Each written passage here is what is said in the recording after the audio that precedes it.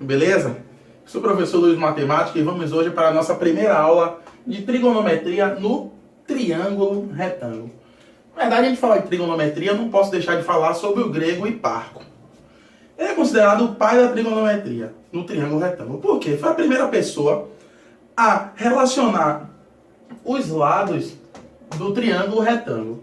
Então, é um assunto muito importante. Vocês vão ver que as questões são relacionadas a problemas marítimos, relacionados à física, à engenharia, construções, entre outros. É um dos assuntos mais badalados e mais importantes aí da matemática que vocês começam a estudar normalmente no 9º ano, a antiga 8ª série, e vai até o 3º ano, questão de Enem e tudo. Então vamos lá. Primeiro vamos definir o triângulo retângulo.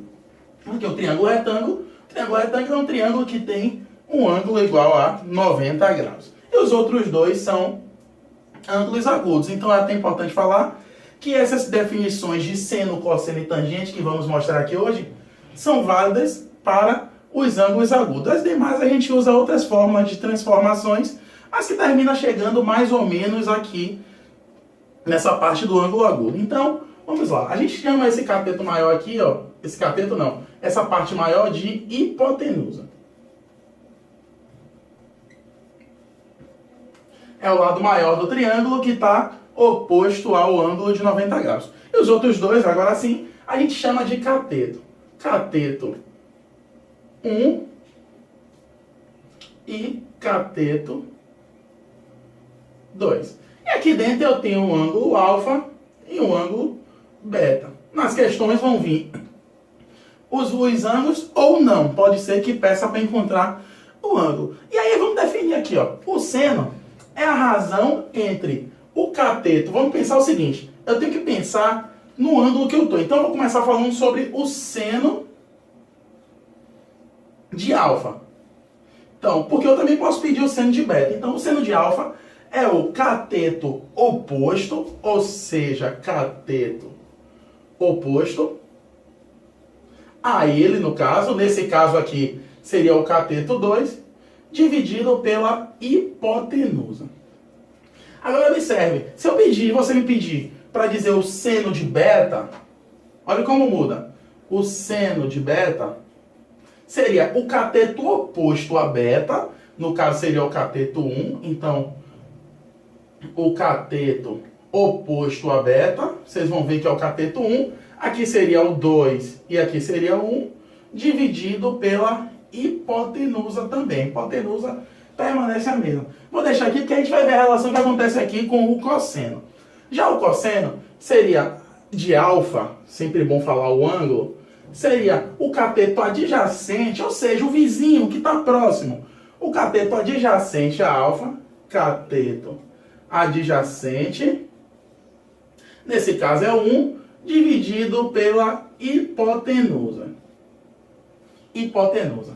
Então, e o cosseno de beta, agora é o cateto adjacente a beta, seria no caso o cateto 2, cateto adjacente sobre a hipotenusa. Agora repare o seguinte, olhe para o seno de alfa e olhe para o cosseno de beta. Olhe para o seno de alfa e olhe para o cosseno de alfa. Pois é, eles são iguais. Estamos falando de triângulo retângulo. 90, essa soma aqui, ó, vai dar 90 graus. Então eles são iguais. Agora vamos lá para a tangente. Tangente de alfa e tangente de beta. Vamos lá. Tangente, vocês podem encontrar também sendo a razão do seno sobre cosseno. Só que aí eu vou montar, porque a gente vai fazer seno sobre cosseno, vai terminar cortando um e outro, e vamos encontrar a razão entre o cateto oposto e o cateto adjacente. Deixa eu mostrar para vocês, é melhor falar assim, tangente de alfa seria a divisão entre o cosseno de alfa com, na verdade, o seno de alfa, seno sobre cosseno, seno de alfa e o cosseno de alfa. Mas quem é o seno de alfa? Seno de alfa é cateto oposto sobre cateto sobre hipotenusa.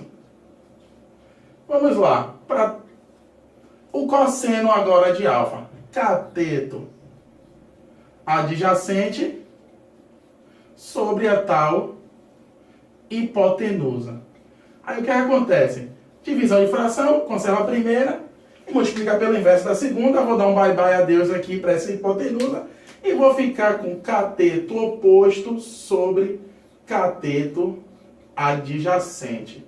Então, só para recapitular, seno cateto oposto sobre hipotenusa, cosseno cateto adjacente sobre hipotenusa e tangente cateto oposto sobre cateto adjacente. Deixa eu só completar aqui com a tangente de beta, seria o cateto oposto a beta, agora seria o cateto 1, cateto oposto nesse caso 1, sobre o cateto adjacente, que no caso aqui seria o cateto 2. Então vamos lá, vocês podem agora pegar questões para resolver utilizando sempre essas razões trigonométricas. Qualquer coisa, qualquer dúvida, é só entrar em contato com luismatemático.com.br. Não deixe de compartilhar essa aula, não deixe de curtir, não deixe de comentar e não deixe também de fazer tarefa. O importante é fazer tarefa. Bye, bye, adeus, galera. Tchau, tchau. Cada vez eu quero 1, 2, 3, 4. Pra ficar maneiro eu jogo